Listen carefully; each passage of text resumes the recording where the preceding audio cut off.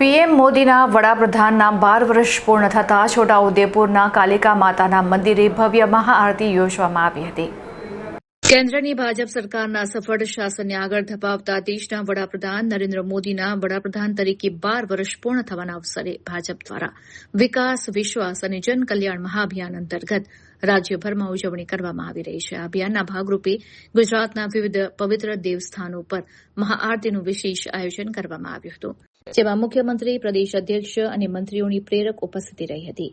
આ જ કડી અંતર્ગત છોટાઉદેપુર શહેર ભાજપ દ્વારા નગરની મધ્યમાં આવેલા ઐતિહાસિક કાલિકા માતાના મંદિર ખાતે એક ભવ્ય મહાઆરતીનું આયોજન કરવામાં આવ્યું હતું। છોટાઉદેપુર કાલિકા માતા મંદિર ખાતે યોજાયેલા ધાર્મિક અને રાષ્ટ્ર કલ્યાણના કાર્યક્રમમાં છોટાઉદેપુરના ધારાસભ્ય રાજેન્દ્રસિંહ રાઠવાની પ્રેરક ઉપસ્થિતિ રહી હતી।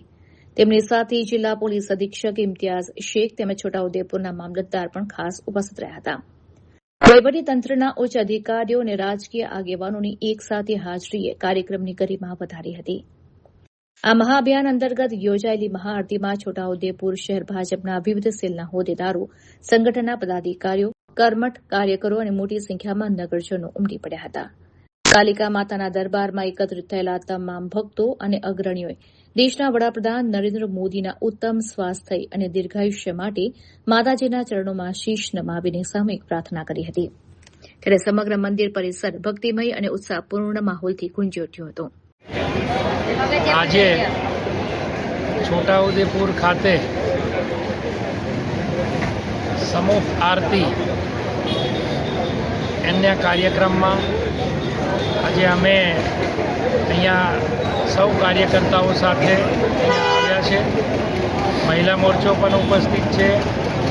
જિલ્લાના પોલીસ વડા ઇમ્તિયાઝ શેખ સાહેબ, જિલ્લા પંચાયતના પ્રમુખ શ્રી ભૂપેન્દ્રભાઈ રાઠવા, માજી ધારાસભ્ય શ્રી શંકરભાઈ રાઠવા, નગરપાલિકાના ચીફ ઓફિસર, તાલુકાના મામલતદાર શ્રી, આજે અમે અહીંયા આરતી કરી અને આદરણીય વડાપ્રધાન શ્રી નરેન્દ્ર મોદી સાહેબના સુશાસનના સૌથી વધુ લાંબો સમય વડાપ્રધાન રહેવાનો પૂર્વ વડાપ્રધાન સ્વર્ગસ્થ જવાહરલાલ નહેરુનો રેકોર્ડ તોડી અમને 3,998 દિવસનો એમનો રેકોર્ડ તોડી અને આજે એ ભારત દેશના સૌથી વધુ સત્તામાં રહેનારા વડાપ્રધાન બન્યા છે।